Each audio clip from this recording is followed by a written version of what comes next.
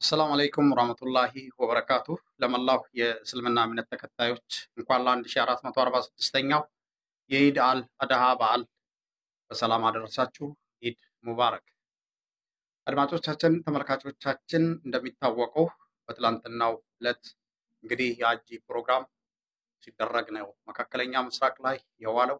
ዛሬ ደግሞ በመላው ኢትዮጵያን ጨምሮ እንዲሁም ሳውዲ አረቢያንም አንዳንድ አካባቢዎች ከመካ ውጪ የሆኑት የኢድ ሰላት ፕሮግራም በሰላም ተከናውኗል።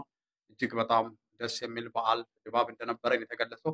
ኢትዮጵያም እንግዲህ አንዳንድ አካባቢዎች መረጃ እንደደረሰን በዓሉ በሰላም መጠናቀቁና የሰላት ፕሮግራሙ በሰላም መከናወኑ ነው መረጃዎች የሚጠቁሙት። እንግዲህ አድማጮቻችን፣ ተመልካቾቻችን በዘንድሮ የሀጂ ጉዞ ወደ ሳውዲ አረቢያ የሄዱት ኢትዮጵያኖች ሙስሊም ቁጥር ከባለፈው 10% ዝቅ ተደርጎ ተመዝግቧል። ይህም እንግዲህ የሆነበት ዋናው ትልቁ ምክንያት የዶላር መጨመርና የኢትዮጵያ ብር መውደቅን ምክንያት በማድረግ ነው። እንግዲህ አብዛኞቹ በዚህ ፕሮግራም ላይ ለመሳተፍ ያልቻሉበት ሁኔታ ነው ያለው። ለአንድ ሰው እስከ 620 ሺህ ለመክፈል ግድ ያደረገው የተጓዦች ቁጥር ማሽቆልቆል ነው የተባለው። እጅግ በጣም የሚገርም ሂሳብ ነው የጨመረው። እንግዲህ ብልጽግና ወደ ስልጣን የመጣበት የዛሬ 7 ዓመት ግምት ውስጥ ስናስገባ እንግዲህ 100 ሺህ ነበር የሀጂ ጉዞ። በጣም በሚገርም ሁኔታ በዛን ሰዓት ራሱ እንግዲህ ጨመረ ተብሎ በከፍተኛ ሁኔታ እንትን ሲል ነበር። እንግዲህ ወደ 520 ሺህ ምናምን ጭማሪ አድርጎ የዘንድሮ የሀጂ ጉዞ 620 ሺህ ለመክፈል አንድ ግለሰብ የተገደደበት ሁኔታ ነው ያለው። በዘንድሮ የሀጂ ጉዞ 600 ሺህ የማይሞሉ 6 ሺህ የማይሞሉ ነው እንግዲህ ወደ መካ የገቡትም ነው የተባለው። ዘንድሮ 620 ሺህ እንዲከፍሉ ተደርጓል።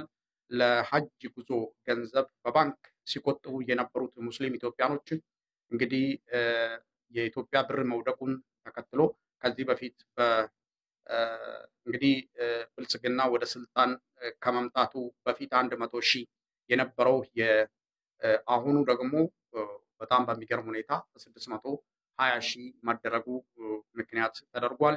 በርካታው ማህበረሰብ እንግዲህ ወደዚህ ወደ ክብረ በዓል ያልመጣበት ሁኔታ ነው ያለው።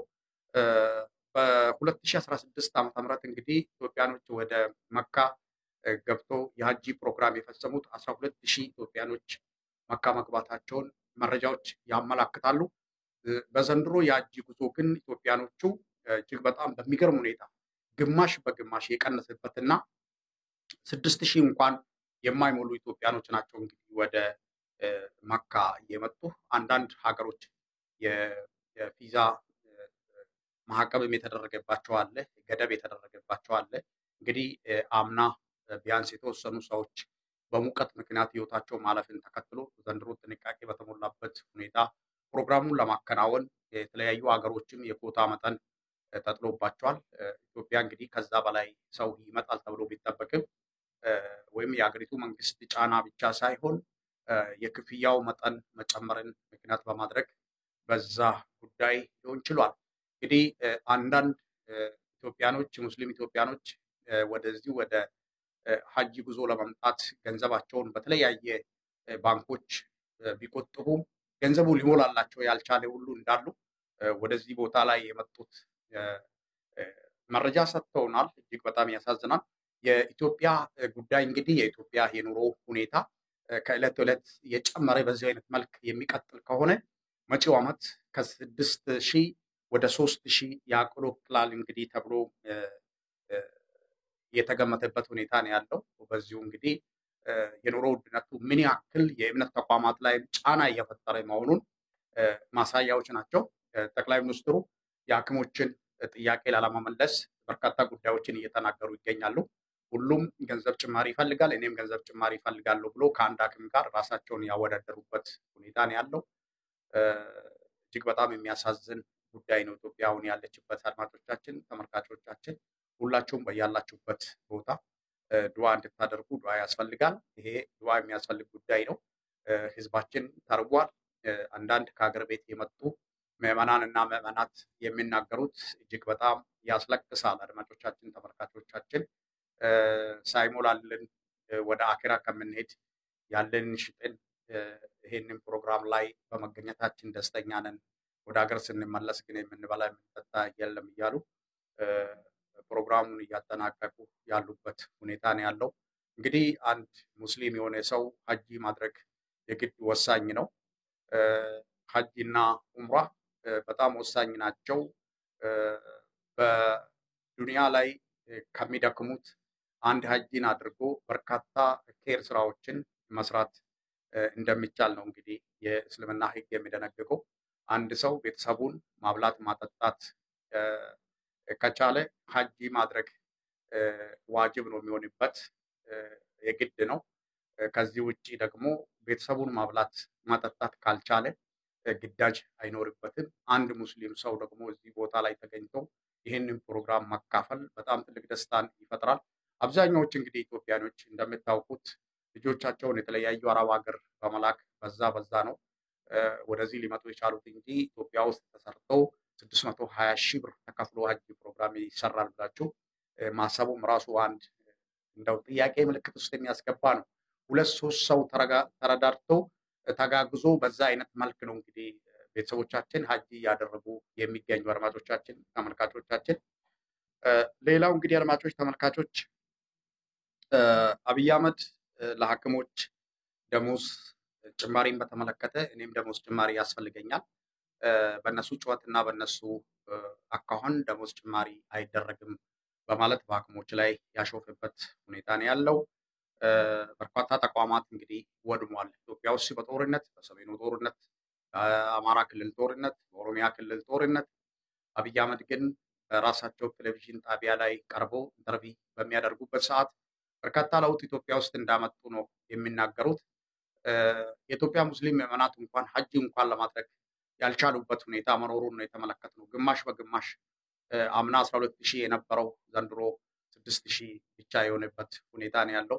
ሐኪሞቹም በችግር ላይ እንደሚገኙ መረጃዎች ይጠቁማሉ። የደሞዝ ጭማሪያቸውም ተስፋ እንደሌለውና በእነሱ ጩኸት ደሞዝ መጨመር አንችልም፣ እኛም ደሞዝ ጭማሪ ያስፈልገናል፣ እነሱ ብቻ አይደለም ደሞዝ ጭማሪ የሚያስፈልጋቸው በማለት የጮህበት ሁኔታ ነው ያለው። ሌላው የኢትዮጵያን የወደብ በርን በተመለከተ የአሜሪካን ኤምባሲ የተናገረውን በሌላ አይነት መልክ አዙሮ የሚያራግቡ ሶሻል ሚዲያዎች አሉ።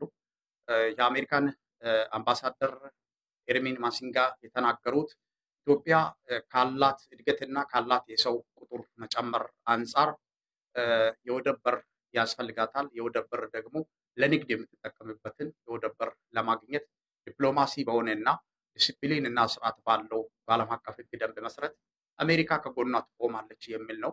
እንግዲህ ይሄንን አሜሪካ ኢትዮጵያ በምታደርጋቸው ሁሉ ነገር አሜሪካ ከጎኗ ትቆማለች በማለት አሜሪካንና ኢትዮጵያን በኤርትራ ላይ ያላቸውን ጥላቻ ከፍተኛ ቅስቀሳ የሚያደርጉ አሉ። ይሄ ተቀባይነት እና ተሰሚነት የለውም። ከእንደዚህ አይነት ጉዳይ ውስጥ መውጣት ያስፈልጋል። ሌላ አድማጮቻችን፣ በአማራ ክልል ውስጥ በፈቃደኝነት የሚደረገው ምልመላ መቆም አለበት ተብሏል። ይሄ የሚሆንበት ዋናው ትልቁ ምክንያት አብዛኛው በመከላከያ ሰራዊት ስም ተመልምሎ ማሰልጠኛ የሚገቡ ወጣቶች ስልጠናቸውን ካጠናቀቁ በኋላ መሳሪያ ወስዶ ወደ ፋኖ መቀላቀላቸውን ተከትሎ ነው እንግዲህ አገዛዙ ይሄንን ነገር ያነሳው። ከዚህ ውጪ ፓርላማ ስብሰባ አድርጓል። ዶክተር ደሳለኝ ጫኔ ማብራሪያ የጠየቀበት ሁኔታ ነው ያለው። ሰሞኑን እንግዲህ የተለያዩ የብልጽግና ባለስልጣናቶች ተራ በተራ እየወጡ የቃላት ጦርነት እየወረወሩ ይገኛሉ። ከኤርትራ ጋር ያለውን ግንኙነትና ወደፊት ዕጣ ፈንታቸው ምን እንደሚሆንና ይሄ ቃላት ውርወራ ወዴት ሊሄድ ይችላል የሚለውን ግምት ውስጥ በማስገባት ነው ዶክተር ደሳለኝ ጫኔ ጥያቄ ያጠየቁት። እንግዲህ የውጭ ጉዳይ ሚኒስትር የሆኑት ጌዲዮን ጢሞቴዎስ እንደሚባለው አይደለም፣ ኢትዮጵያ በዲፕሎማሲ መልክ ነው የምትሄደው። ከኤርትራ ላይ ገንዘብ አለን፣ ገንዘብ ብቻ ሳይሆንም ቁሳቁስም አለን። በዓለም አቀፍ ሕግ ደንብ መሰረት ያንን እየተከታተልን እንገኛለን። የሁለቱ ህዝቦችንም ግንኙነት እያሰብን ነው። በህግና በህግ ብቻ ነው። ለዚህ ብለን ደግሞ ሉዓላዊነታችንን አናስደፍርም የሚሉ በርካታ ጉዳዮችና የኢትዮጵያን ጥቅም አሳልፈን አንሰጥም የሚሉት የተካተቱበት መልስ የተሰጠበት ሁኔታ ነው ያለው። አድማጮቻችን፣ ተመልካቾቻችን እንግዲህ በተለይ ለእስልምና እምነት ተከታዮች መልካም የበዓል ጊዜ እንዲሆንላችሁ እንመኛለን። በሀገር ቤትም በውጭም ያላችሁ ሙስሊም ወንድሞቻችን እህቶቻችን በዓሉ የሰላም የደስታ እንዲሆንላችሁ እንመኛለን። ሀገራችን ኢትዮጵያንም ሰላም ያደርግልን። ሁላችሁም በያላችሁበት ቦታ ጸሎት አድርጉ፣ ዱዓ አድርጉ። ለቤተሰቦቻችንም ዱዓ አድርጉ። ከቤት ንብረታቸው ተፈናቅሎ በየበረንዳ ወድቀው በዓሉን እያከበሩ ያሉ በዓሉን እያሰቡ ያሉ አሉ። እንዲሁም ደግሞ በመጠለያ ጣቢያ ውስጥ መጠለያ ጣቢያ ፈርሶባቸው ልብሳቸውን በየዛፉ ስር ወጥሮ የሚገኙ በተለያዩ ቦታዎች ላይ ኢትዮጵያና ኢትዮጵያኖች ይገኛሉ። እነሱንም እንድታስቧቸው ጥሪያችንን እናስተላልፋለን።